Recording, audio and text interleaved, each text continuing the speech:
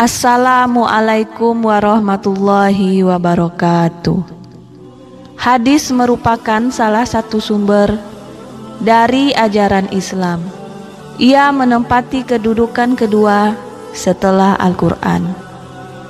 Dan keharusan bagi kita semua sebagai umat Islam untuk menjadikan hadis sebagai pedoman hidup kita, baik yang berupa perintah maupun larangannya. Sama halnya dengan kewajiban bagi umat Islam dengan mengikuti Al-Quran.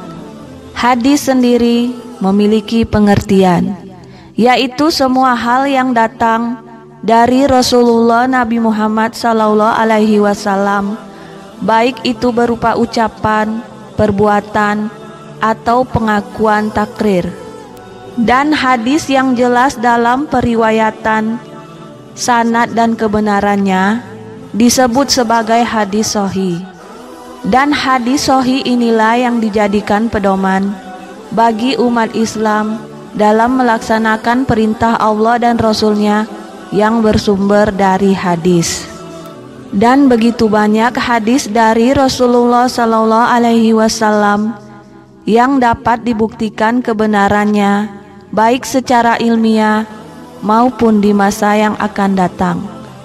Berikut 7 hadis Rasulullah SAW tentang masa depan dan terbukti kebenarannya.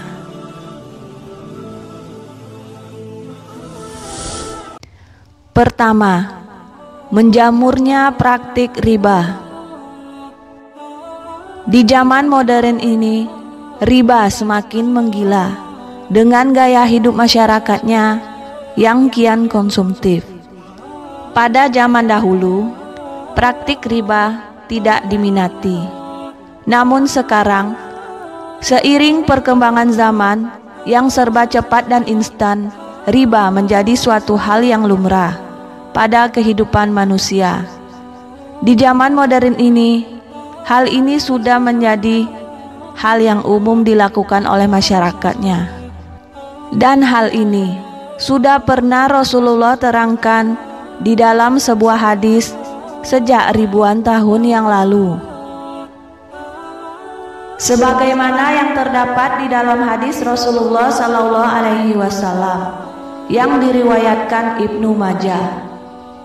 Rasulullah bersabda, akan tiba suatu zaman tidak ada seorang pun kecuali dia terlibat dalam memakan harta riba.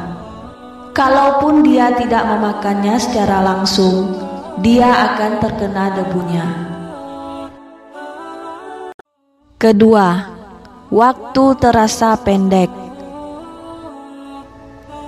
Jika perputaran waktu di zaman dahulu terasa sangat panjang, namun di masa sekarang akan dirasakan oleh manusia berlalu sangat cepat.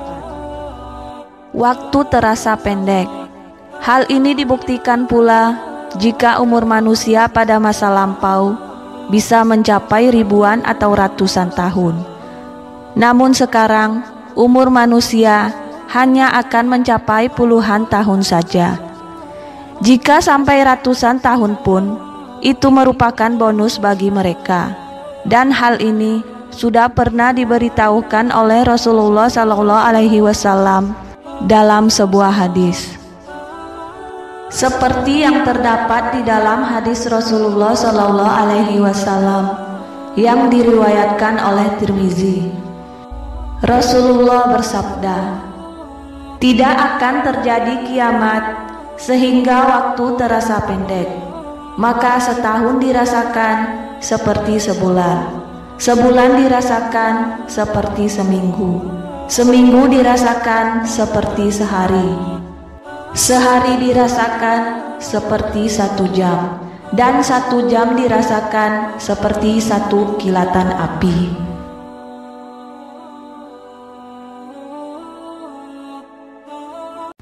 Ketiga, banyaknya gedung pencakar langit dan bangunan tinggi. Pada zaman dahulu, manusia tidak begitu disibukkan dengan membangun gedung atau bangunan tinggi. Mereka lebih disibukkan mengumpulkan kekayaan dengan membeli ternak serta menyimpan emas. Namun di masa sekarang, manusia akan berlomba-lomba meninggikan bangunan dengan membuat gedung-gedung tinggi, terutama di wilayah perkotaan. Dan ini sudah pernah dijelaskan oleh Rasulullah SAW dalam sebuah hadis. Sebagaimana yang terdapat di dalam hadis Rasulullah SAW yang diriwayatkan oleh Bukhari. Rasulullah bersabda, "Tidak akan datang hari kiamat hingga manusia berlomba-lomba meninggikan bangunan." Keempat, perintah isolasi saat wabah penyakit mematikan atau taun. Perintah isolasi atau lockdown saat terjadi wabah penyakit mematikan ternyata sudah diajarkan di dalam agama Islam. Dan di tengah terjadinya pandemik virus corona, hal ini semakin menunjukkan akan kebenaran dari ajaran Islam tersebut. Dan hal ini tercantum jelas di dalam sebuah hadis Rasulullah SAW. Sebagaimana yang terdapat di dalam hadis Rasulullah SAW yang diriwayatkan Bukhari.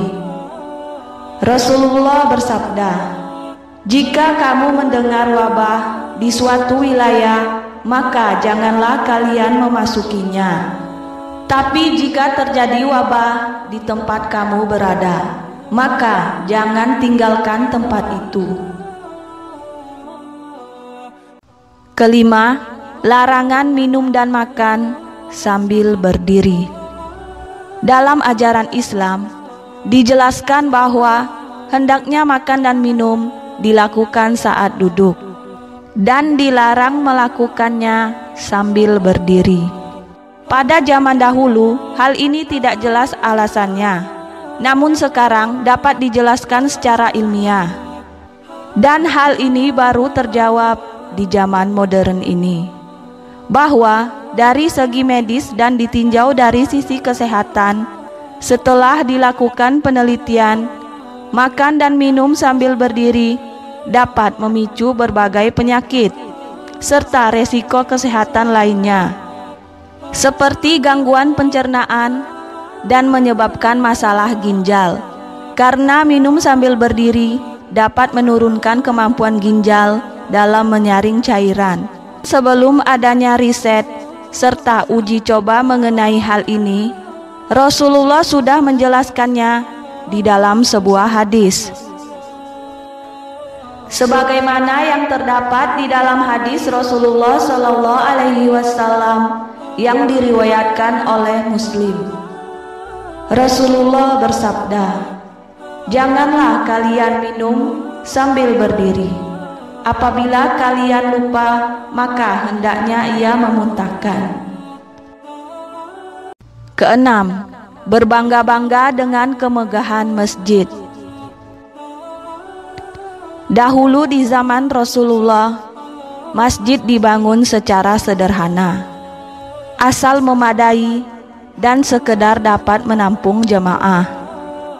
Namun kini, seiring perkembangan zaman, masjid akan dibangun seindah dan semegah mungkin, bak istana.